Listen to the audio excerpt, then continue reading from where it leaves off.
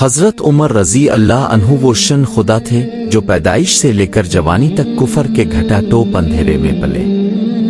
ان کی رگ و پائی میں جاہلیت کا خون دوڑتا تھا اور دل میں بتوں کی محبت ایسی بھری تھی کہ جب محمد کا نام سنتے تو جوش غضب سے کانپ جاتے۔ جب اسلام پھیلنے لگا اور مسلمانوں کی تعداد بڑھنے لگی تو قریش بھڑک اٹھے۔ دیرال ندوہ میں بیٹھ کر فیصلہ کیا گیا کہ محمد کو چپکے سے قتل کر دیا جائے۔ اعلان ہوا، جو ان کا سر لائے گا زندہ ہو یا مردہ، اسے 100 اونٹ اور 1000 اشرفیاں ملیں گی۔ لوگ سر جوڑ کر بیٹھے مگر کسی کی جرت نہ ہوئی۔ اچانک ایک تنومند خوفناک آواز گونجی۔ حضرت عمر رضی اللہ عنہ کھڑے ہوئے، ہاتھ میں ننگی تلوار، آنکھوں میں آگ۔ فرمایا، میں یہ کام کرتا ہوں، محمد کا سر کاٹ کر لاؤں گا۔ مجھے اشرفیوں کی حاجت نہیں، بس یہ وعدہ ہے کہ جب تک ان کا سر میرے ہاتھ میں نہ آ جائے تم سے نہ ملوں گا۔ لوگوں نے سوچا اب رحمت عالم کی جان واقعی خطرے میں ہے۔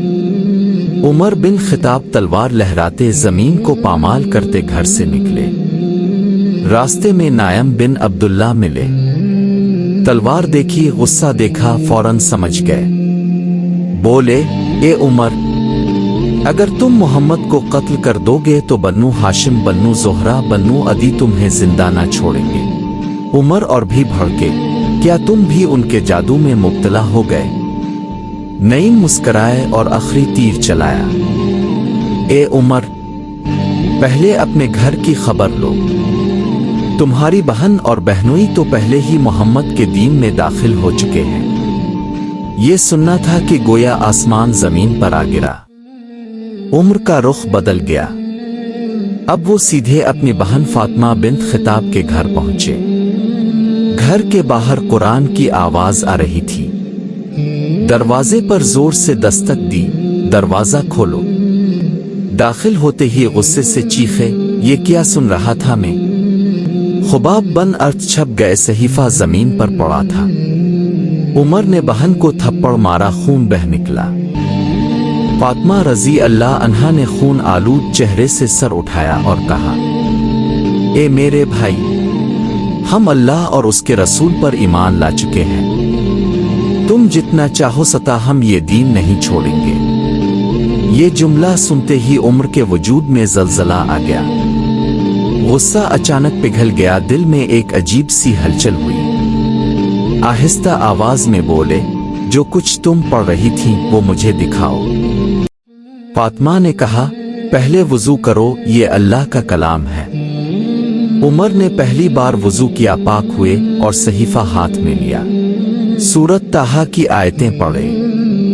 آنکھیں نم، دل پگھل گیا، جسم کانپنے لگا۔ صحیفہ زمین پر رکھا اور بولے، اے سعید، مجھے فوراً رسول اللہ کے پاس لے چلو۔ سعید بن زید رضی اللہ عنہ مسکرائے، اے عمر، کل رات میں نے رسول اللہ کو یہ دعا مانگتے سنا تھا، اے اللہ، عمر بن خطاب ابو جہل بن ہشام میں سے جسے چاہے ہدایت دے۔ بشارت ہو تمہیں، اللہ نے تمہیں چن لیا۔ عمر کی آنکھوں سے آنسو بہہ نکلے۔ وہ دوڑتے ہوئے دار ارقم پہنچے۔ دروازے پر تلوار لٹکتی تھی۔ صحابہ گھبرائے۔ حضرت حمزہ رضی اللہ عنہ بولے، اگر نیک نیت سے آیا تو خیر، ورنہ اسی کی تلوار سے اس کا کام تمام کر دیں گے۔ نبی کریم نے فرمایا، اسے آنے دو۔ عمر اندر داخل ہوئے۔ رسول اللہ نے ان کا سینہ پکڑا اور فرمایا، اے عمر، کب تک حق سے لڑتے رہو گے؟ بس یہ جملہ تھا کہ عمر گر پڑے، روتے ہوئے کلمہ پڑا۔ تلوار آپ کے قدموں میں رکھ دی اور اسلام لائے۔ اس دن مکہ کی وادیوں میں اللہ اکبر کی صدائیں گونج اٹھی، اور پھر وہی عمر رضی اللہ عنہ خلیفہ بنے۔ خلافت کے دور میں بھی ان کی زندگی سادگی کی آئینہ تھی۔ ایک رات مدینہ سو رہا تھا۔